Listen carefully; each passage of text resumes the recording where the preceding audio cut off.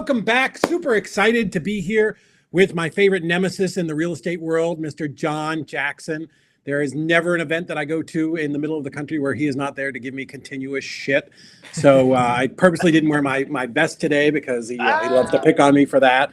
But seriously, though, I love John. He's a great guy, amazing, MCs a lot of different events, but really is known for being the lease option guy, which I am typically not the lease option person. So I'm super excited to talk to him and kind of learn a little bit more about that. So John, welcome. I appreciate you taking, it only took 15 requests to get you on here, but we're happy to be here.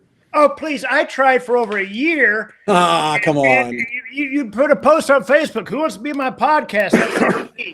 And then you delete it or block it. I don't know what you would do. Like next, you ran out of guests. I finally ran out and worked my way down to you. Yes. So here I am, man. No, it's good to be on here, and so excited to share whatever knowledge I can with the audience, and yeah. So in this will kind of come back around to why you love giving people shit. But what were you doing before you got into real estate? Well, many years ago, I was a stand-up comedian for about 10 years, traveling all around, hitting the stages, doing the comedy. Used to, this goes way back. It's funny. I was cleaning out the garage and found my old comedy bin. It had all these spiral notebooks of jokes and had my old headshots and from years ago. But so that's what I did. Were you a prop guy, or were you just a joke? It was actually funny. When I was 19 years old, I went and did a open mic at a Funny Bone, and I had some props. And the owner and the manager of the club took me aside afterwards. He said, "Whatever." He said, man, you're really funny. You really got some great stuff there. Yeah. Just drop the props." And so I did. And then so I would do. I know this isn't how we wanted to go down this. That's okay, man. This is the stuff nobody else ever talks about. As a comedian, you have a set list, and you may, especially if you're, doing some smaller crowds, you got it up, you may have it up there with you, and trying new jokes, and but anyway, but then you memorize a set list, and I'd have a set list memorized, and then as soon as somebody opened their mouth, or as soon as I saw somebody in the crowd, then I saw, I could so slam you. Yeah. They're with the set list. And now I'm just bam, bam, bam, bam, bam. Really? Yeah. I was like, I tell people I'm like the Don Rickles of real estate, I could spend 30 minutes just bashing the crowd. Yeah. And I know you probably work very clean, right? Oh, very, very, very clean. Never any blue material. Yeah. Well, I think that contributes to why you love giving everybody such a hard time. So I love it. So how did you go from that to real estate? What was that all about? So I worked, so that was many, many years ago, I did comedy, but then I was a day trader. And I was a day trader and had wanted to get into real estate. And, but I saw a lot of similarities between trading the market and real estate. Yeah. One of the things I saw was all markets are cyclical. Right. But the other thing I noticed that was really important is that you have to find your niche, because there's so many different ways to make money in the stock market, future market, options market, whatever. And there's so many different ways to make money in real estate, right? So I thought, man, I got to find where's my comfort level? What do I like? What resonates with me? And this goes way back, 21 years ago. I was looking at different opportunities. I looked at rentals. And that didn't excite me because I didn't know anything about creative finance. I didn't know anything about seller finance, or I thought you had to go to a bank and get a loan and buy a rental house. But I thought, man, I've got to buy this house, go to a bank, get a mortgage, and then rent it out and make like $150 a month. I thought, well, that's not exciting, and then deal with whatever happens to the house. Yeah. But every now and then I would see a blurb about lease options. And then it goes back 21 years ago, so there wasn't a whole lot out there. On the internet was brand new. I think we were still using Prodigy and dial-up and stuff. That's what that's about when I started, was 22 years ago. And I tell people the same thing. I had a big computer with a web crawler, and you throw your back out just moving your computer across the room.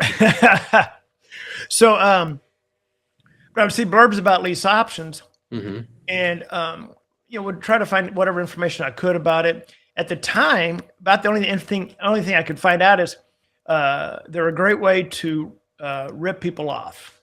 And I was like, okay, I don't like that. But but what got me about lease options was the word options, because I traded options on the stock market. Oh, sure. There's a connection. So I'm like, oh my God, I know what an option is. So I really gravitated toward lease option. I thought, with the framework of a lease option, if you structure it properly, it's great for the seller and great for the buyer. Yeah. And you make money in there. So that's where my company Leasing to Buy was born. And, just kind of structure this whole lease option strategy around helping sellers and helping buyers. That's where Leasing to Buy was born. And then, so in 2003, I did my first lease option. Had no clue what I was doing. Really? Zero clue. But when I went in full, with both feet. Never any shortage of confidence with you, John.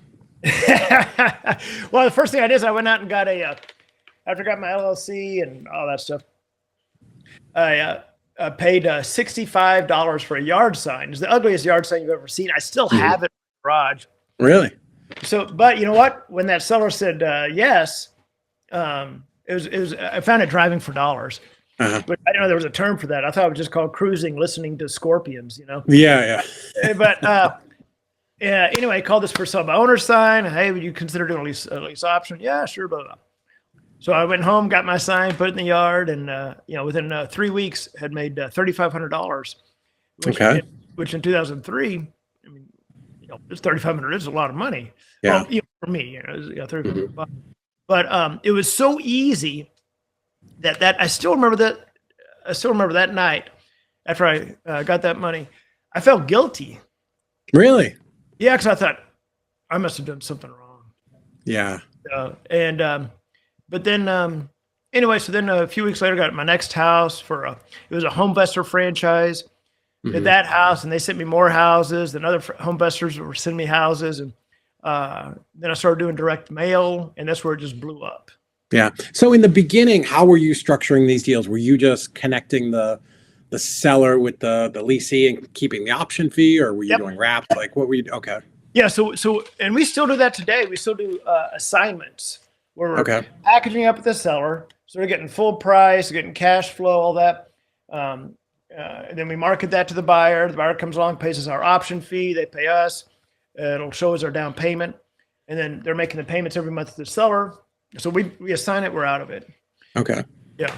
All right. So, well, let's do this for some of the people that don't know. Let's kind of define for everybody what a lease option is, and then because then I've got lots of questions for you. Yeah. So let's define what a lease option is, and let's talk about the 3 different types. Okay. So a lease option is simply a lease with the option of purchase. It gives the buyer the option, the right, not the obligation, to buy that property before the option expires. Yeah. So the easiest way to think about it is if you've ever leased a BMW, a Cadillac, a Mercedes, anything like that. If you ever leased a car, you had a lease option on that car. If you were leasing it, you had the right to buy it before the lease expired. We do the same thing, but instead of a Mercedes, we're doing, $500,000 homes. So it's a lease with the option to buy it. So that buyer has the option, the right, but not the obligation to buy that house within that time period. Okay. Now, there's 3 different types of lease options. There's a straight lease option, sandwich lease option, and a lease option assignment. A straight lease option is where it's just 2 parties involved, the seller and the buyer. Okay. So maybe you've got a house that you've been renting out that you're okay selling it for a certain price. So option, the buyer comes along, gives the option fee, non-refundable option fee, and he's got the right to buy it within that time period, right? So that's just a straight lease option, 2 people. Okay.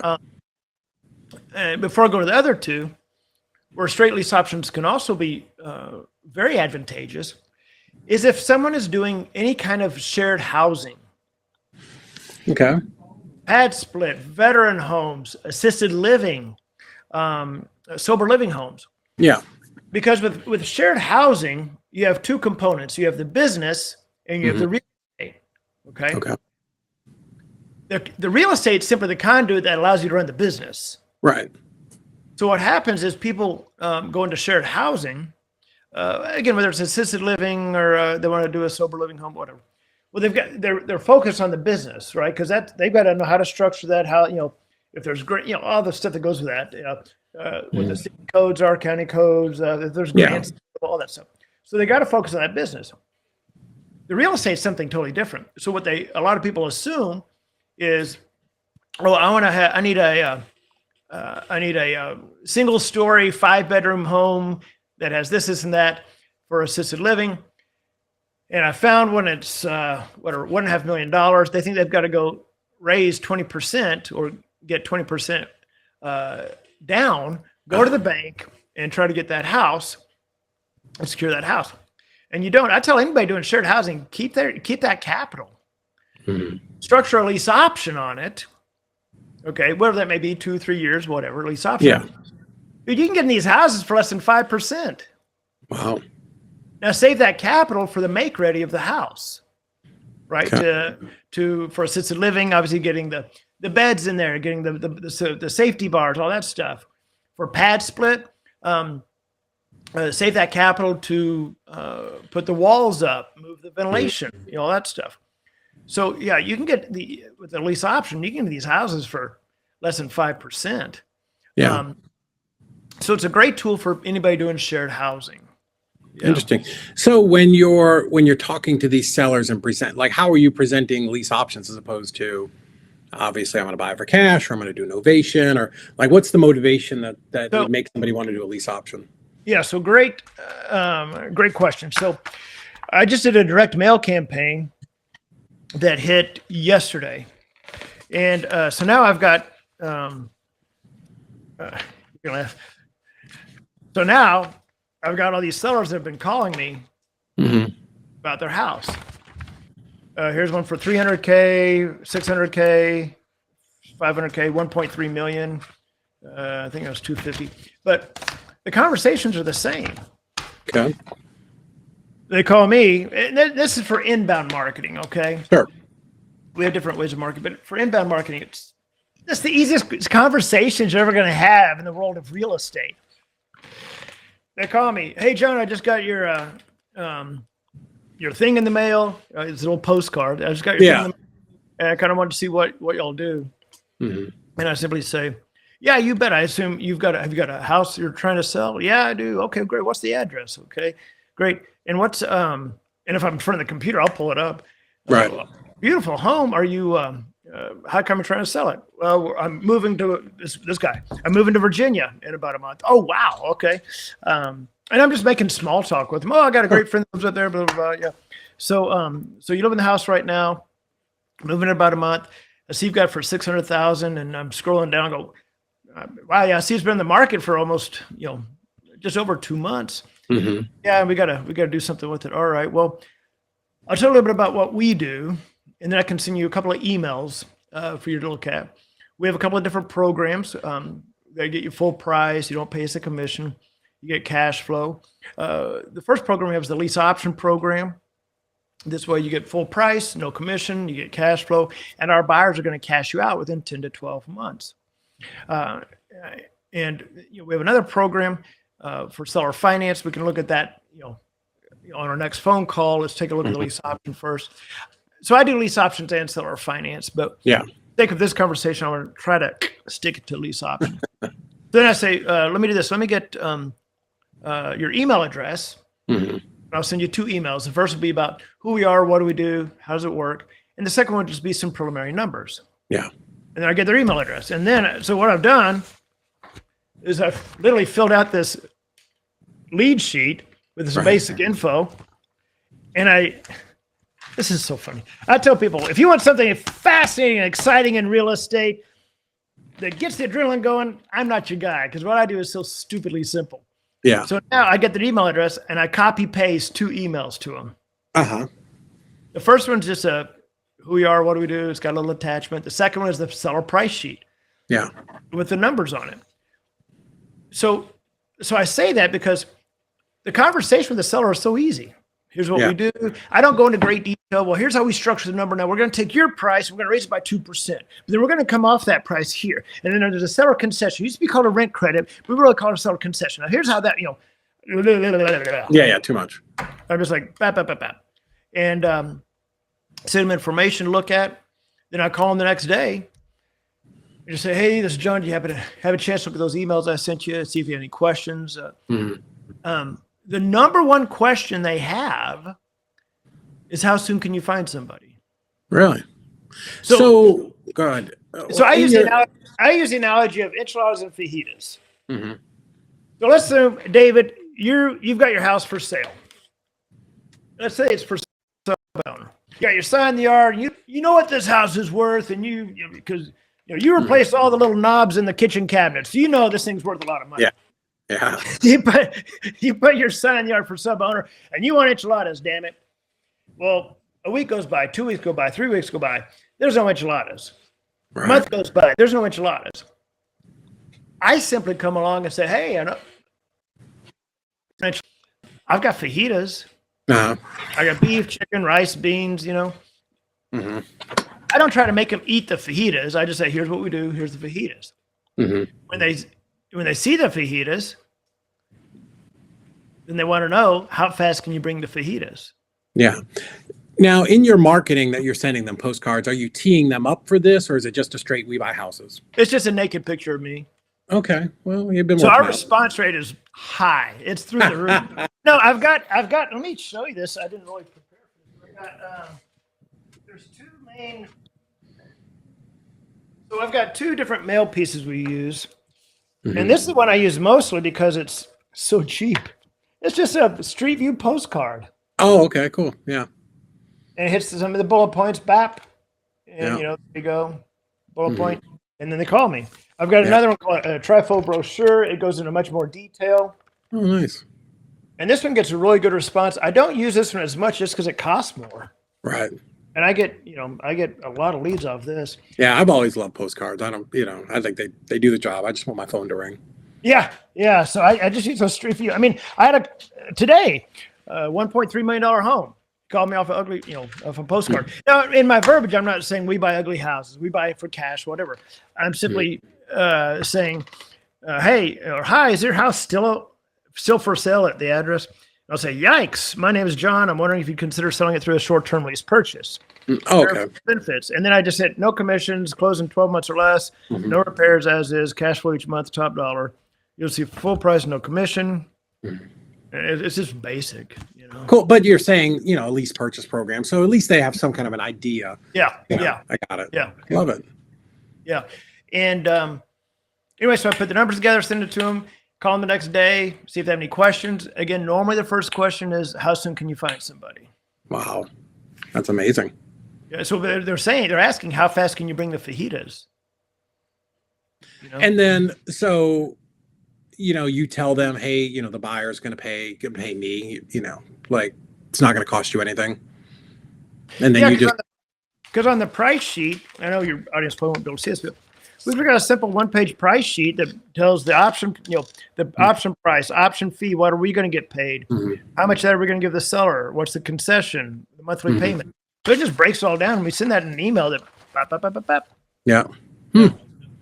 Wow. And then they're usually still in the house, so you give them a little bit of time to. It depends. I don't know. Most of them are vacant, but it doesn't matter to me. Yeah. If the seller lives there, and then we find the buyer, we're just coordinating the move-in date. Hey, they're wanting to move in December 1st. Does that work for you?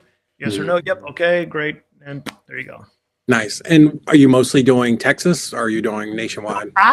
So I've got students nationwide, but I personally only do Tarrant County. Okay. What's Tarrant County? That's Fort Worth.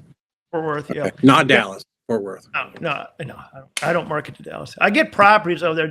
They come to me, but yeah. So I stay as busy as I can. All I'm doing is hitting Tarrant County. Yeah. And I'm as busy as I can be. I've got students in across the country in different areas, and they're doing in Florida or California, Arizona, or San Antonio, whatever. But I don't have the bandwidth to take on another county. Wow. Yeah. And are you primarily marketing to like expired listings, or just you pulling it? We've got a few different ways. So I do direct mail to MLS over 30. Got it. My student, I've got students that do direct mail, but most of them will use our software. They'll scrape Zillow and Craigslist for sub owner. Yeah. And we also use MyPlus Leads, which is a great tool. Has for sub owner, for rent owner, pre-foreclosure, and expireds. You can download that list, put it into our software, and Nice. blast the expireds. Yeah. Wow. Expireds are great. That's where I got that's where I got my first sub two deal was through expired. Okay, I sent a postcard that said, "Let me do for you what your realtor cannot." Yeah, I love that. Which was actually buy your house. Yeah. That's an old Chris Kirshner. I got that from him. Oh wow. Okay. Well, that's going back. Yeah. He was one of Lou's students. Oh, okay. Yeah. Everybody's going to lose. Right. Anybody that's been around for a while. So now you're just doing that, but how long have you been doing the coaching? How'd you get into that? So I started in 2009, I think. Shit. Yeah, I think 2009. The way I started in the coaching, which that's an interesting story. Because I know, it's funny. You become good at real estate and you always go, I'm not going to be a guru. I'm not going to be a guru. You're right. Yeah. Especially back in the early 2000s, Right. I don't want, but I became the Texas lease option guy almost overnight because of Texas law. And so fast forward, a few years, I don't know, a couple, I don't remember how long it was. Or no, that was actually later. I don't remember the time frame. Anyway, Joe McCall said, you need to, or no, I think Joe had already come to me for training. So the way I got into coaching was I was part of a forum that was for options. And everybody in there saw me go from knowing nothing to suddenly within a couple of years, I'm the guy, the go-to guy. And I'm getting, helping everybody and all that. And somebody reached out to me, asked if I would train them. So he, I spent 3 days with him, and then this knucklehead from St. Louis reached out to me and said, hey, would you train me? And I said, yeah. So he spent a couple of days with me, and that was Joe. And so I just kind of started working into it, just kind of evolved. And then Joe said, you've got to put out a course on Texas lease options. Yeah. So I don't want to be a guru. I don't want to be a guru. And he said, no, you're the guy. You got to do it. So I put together, this is back in the day, a CD. Oh, I remember. Yeah. I bought a lot of those courses. With everything, everything, my contracts, the Texas law, everything on it. And burning at home on my CD burner, Oh, really? Oh. Yeah. And because it wasn't like I had some website set up or anything, Yeah. So I was just selling to whomever reached out or whatever. But and then I'd go to some RIA groups and speak and sell it there. Then anyway, I had so back to this forum thing. I had enough people reaching out to me saying, train us. So I thought, okay, I'll put on an event. Classroom. Well, I didn't know two shits about putting on an event. I didn't know. And so this is so weird. I don't even remember how it all happened, but I had however many people saying they were going to come to this event. Dude, I don't even know how I was going to get paid for it. Yeah. It was too long ago. I don't remember. Well, I guess I was going to collect at the doors. I don't know. I didn't have a way to run credit cards or anything. I don't know what I was going to do. But I went and got the hotel room, the ballroom. It was just, smaller ballroom. Not a big one, but hey, $2,000. Oh no. So nobody paid me for anything. Nobody showed up, and I'm out $2,000. So but then more and more people kept saying, you got to train, So I did the whole thing all over again. Same hotel. Yeah. $2,000. One person showed up. One person. Okay. And then I started doing small boardrooms where I had like 8 people in the room, Yeah. That's how, and then they'd come here to Fort Worth. I'd train them. They'd get in my Ford excursion. We drive around, look at houses, meet with sellers and stuff. And that's how I started getting into the training. Yeah. But I tell that story because I could have quit after nobody showed up and said, I'm doing real estate. But I didn't. And I wasn't doing the training to make money. Like I said, I didn't even know how I was going to get paid. I don't remember how they paid me. But I was doing it because I wanted to help people learn, okay, here's what I've done. Here's what I've built.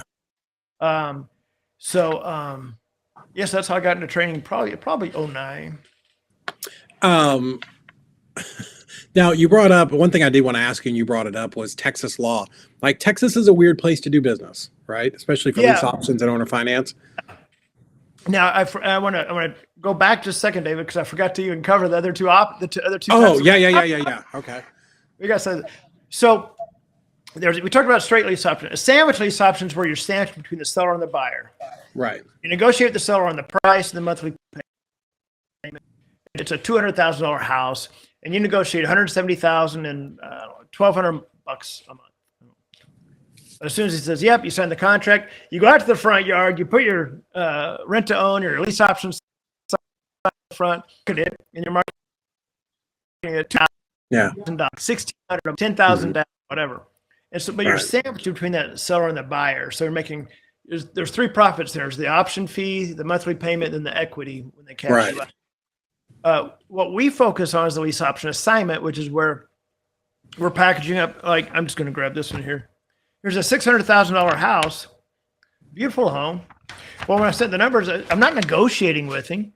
He's asking $600. I put the option price at $610. Okay. I put option fee at whatever, $30,000 is our fee, right? How much we're going to give him. So I package this all up so it's attractive to the seller. I then market that to the buyer. The buyer pays me. I sign the contract. The buyer moves in, starts paying the seller. I put the buyer in touch with our loan officer, get him on the path to finance. Yeah, we assign it, but that's what we focus on. That's what we do most. Yeah. So how come the assignment instead of the wrap? Is it that you just don't want to be involved? You don't want to kind of have that dragon? Okay, I want to be very, very careful on the terminology. All right. There's no wrap with a lease option. Yes, I know. Yes, Texas. Yeah. So there's no wrap because there's no note created. Yes. So there's a sandwich lease option where you're sandwiched between the two. Right. Again, and I'm being a little listening. No note created with a lease option. There's no mortgage created. No note. There's nothing goes to title company. You don't close the title company. Nothing gets notarized. Yeah. It's simply lease with the option over here, lease with the option on the sandwich. So the reason I do assignments is one is because sellers love it. Yeah. And two, because two, you can't do them in Texas because the seller has to have fee simple title in Texas. Well, on the BC if I did a sandwich on the BC transaction, I'm the seller. Yeah. I don't have title. Right. But I tell people, I would never recommend doing a sandwich lease option unless you've done 5 to 6 assignments in that area, because the assignments are risk-free. I'm not making the payments. I'm just a marketing company. But by doing 5 or 6 in that area, you got to feel for that market. You got to feel for how am I going to find that buyer? What's the threshold of what they're willing to pay per month for this property? You just have a better feel on it. Yeah. The number one thing, put yourself on the hook in the other one. Yeah. The number one thing you don't want to become in real estate is a desperate seller. Right. Well, if you got a, I don't care if it's a sub 2 or lease option where you're on the hook over here for these payments. Right. You get 2 or 3 empty house payments, you become the desperate seller. And guess what? You break rules. You break the only time I lost money in real estate was on a sandwich lease option deal, and I broke 3 or 4 of my rules. Right. Because guess what? I became the desperate. There were a number of things going on, but I became the desperate seller. Yeah. Well, that makes sense. I get that. And I think that the seller is more comfortable being connected directly with the buyer, and there's just there's less hocus pocus, and you don't feel like you're lying to anybody, and it's very straightforward. Yep. I love it. So talking about Texas, in 2005, Texas drafted legislation that addressed lease options. And even today, there's so much confusion because so much misinformation on online. Yeah. And there's a number of reasons for that. But one of the reasons is contract for deed law and lease option law are intertwined in the same property code. Right. So you really have to dissect it like I did. You have to dissect it and say, what's contract for deed? What's lease option? And unless you do that, you're going to think that all of Title II, Chapter 5, which is however many pages long, is a lease option. It's not. It's contract for deed. So Texas has specific laws to protect the buyer. If the house has a mortgage, you have to be able to disclose that mortgage information. The buyer has to be able to verify that those payments are being made. Yeah. That's the biggest thing. You can't foreclose that. I mean, you can't lease option a house in foreclosure. Payments have to be. So it's all about protecting the buyer. You have to have specific verbiage in your documents and agreements. And of course, we have all that. So they're easy to do. You just have to have the right documents and follow the law. Yeah. Yeah. And do those documents for Texas, because they're so strict, work every place? So no, because they've got Texas verbiage in there. Oh, okay. But we've got our Texas document. And for our other states, it's the same core documents, but without the Texas verbiage. Yeah. Gotcha. Because our documents are very specific. They've got specific verbiage in there. They've gone through multiple attorneys and law firms to have specific verbiage in there. And we've got different documents for Ohio and New Jersey. Oklahoma contracts are written on a Big Chief tablet and a crayon. So shout out to Corey Boatwright there. Yeah. Well, I know, because we just opened a title company in Texas.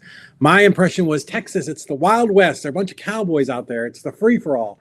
And you're the most regulated state that I've ever seen in my life. It's unbelievable. I was stunned.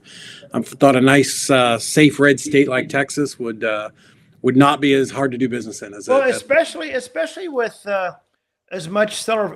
I mean, I don't know what state has the most seller finance, but I'm about 99% sure it's Texas. Yeah. I would guess so too. Texas and maybe New Mexico, the second. I don't know, but just because of our proximity to Mexico. Yeah. But yeah, so Texas has laws about lease options, but most of what you read on the internet is totally fake. It's totally garbage.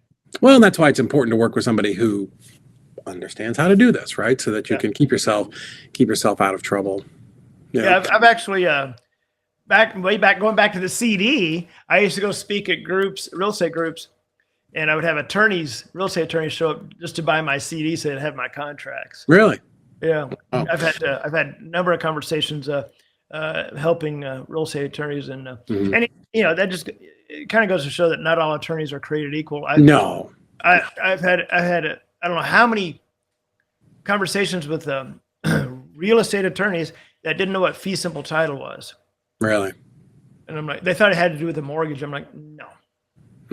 Title and mortgage is totally different thing. Right. Two different documents. No, it's stunning. I used to do the same thing, put attorneys and doctors up on a pedestal, and they're good at the one thing that they're good at. But just because you're a family law attorney does not mean you know jack shit about real estate, Nope. No, I wouldn't want to go to a dentist to have my appendix removed. Exactly. And that's exactly what it's like. So a couple of questions. I know people want to know how to get a hold of you, but I'm sure the biggest question is going to be, how much can I make doing these lease option assignments? Is there some rule of thumb that, like, for 100,000, 200, 400, 500, 600, like, how do you figure out what the option should be and the option fee, or at least your portion of the option fee? Yeah. So we get paid 5% of the price of the house. So we've got super easy math. I mean, this is so easy. It's so stupidly easy. So we get paid 5% of the price of the house. Of that 5%, we'll normally give the seller a little bit of that. It depends on, how much I'm getting, the situation. But like this, $30,000 deal, I'm giving him 5,000 of it, so I'll make 25. So just kind of give you an idea. So how much you're going to make per deal depends on the price of the houses that you're in. Most of our houses that I do, most of them are around somewhere in the 400 to 500 range. Really? Yeah. So I would say on average, we're doing about 20,000 a deal. Wow. All right. Well, let's talk about a little bit about the buyers before we go. So Yeah. we talked about the sellers, people who, maybe been listed online or expired listings. Who are typically your buyers, right? Who would want to do a lease option instead of going and getting a bank loan? Yeah, these are people that just want a runway of time. They could be self-employed. They could be relocating. They just want some time on their side to get things in place, for finance. These aren't the people that I approve. People with the 405. Yeah. These are people that, maybe they're 600. 610 maybe, but most of them that I approve actually have over 650. So Really? score-wise, they could get. Oh yeah, score-wise, they can go get finance. It's just that they want a little bit of time. One of the big ones is self-employed. We see more and more self-employed people. Right. Again, people are relocating. I'm helping a guy right now get into a house that he just went through a divorce, sold his house. He's in a holding pattern because it's all just happened, right? Right. And he saw this house, wants to get in it, and the lease option is the best route for him to, as that dust settles, to give him that runway of time to get financed. Yeah. Now, are you selling most of these yourself? Or are you going through an agent? You don't need to be licensed to do this, right? No, you don't have to be licensed. Most of them I do through myself. On occasion, we'll have agents bring us buyers. I'd be happy to work with more agents, especially agents that have buyers that got turned down for a loan. Bring them to us. Let's get them a house, But most of them we get on our own through signs in the yard, social media, Facebook Marketplace, syndication sites. Yeah. Normally, I would never post a wholesale deal on Facebook Marketplace, but I think it's probably the perfect spot for this, right? Yeah. For this type of product. Yeah. So we get most of our buyers on our own. So pretty quick to find your buyers. The turnaround time's pretty. Like, what's your average time, or do you calculate that or keep track of from kind of start? On average, it's 30 to 45 days. But but I mean, I certainly have had properties that, after 2 months, I'm like, man, I can't get any traffic on this house. It happens, Yeah. There's just something weird about it. Yeah, just for whatever reason. Yeah.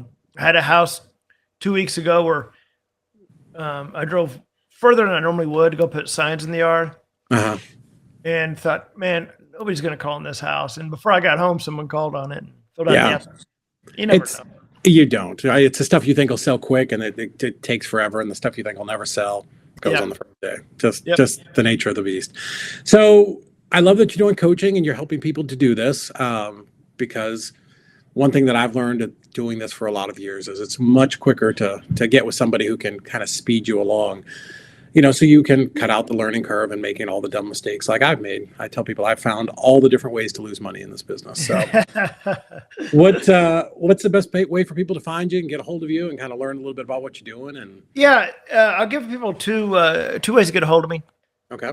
If you just want to learn about lease options in general, see some free videos and all that, you can go to our training website. We actually have a course there that you can get. It's got everything in it, contracts for all the states. It's got everything. And that's leaseoptionclasses.com. Leaseoptionclasses.com. If someone wants to have a conversation with me, maybe they've got some deals they're working on that they can't figure out what bucket they go into, and they think maybe lease options the best way. Then certainly happy to get on a Zoom call with you and kind of talk you through those deals. If you want to schedule a call with me, this is the link my students use, but I'll give it to the whole world anyway. It's dreampartnercall.com. Dreampartnercall.com.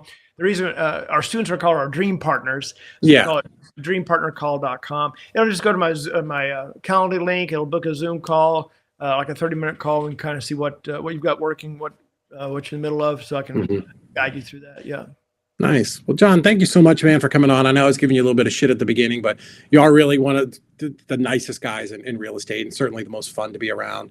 I think what you're doing is important. I think a lot of people will get value from it. Even people who, if you're primarily a wholesaler, this is another great tool to have in your tool belt, because ultimately, our job, like we always say as investors, is to help sellers, right? Help them out of their problem. And maybe a wholesale or a sub-2 or novation is not the answer.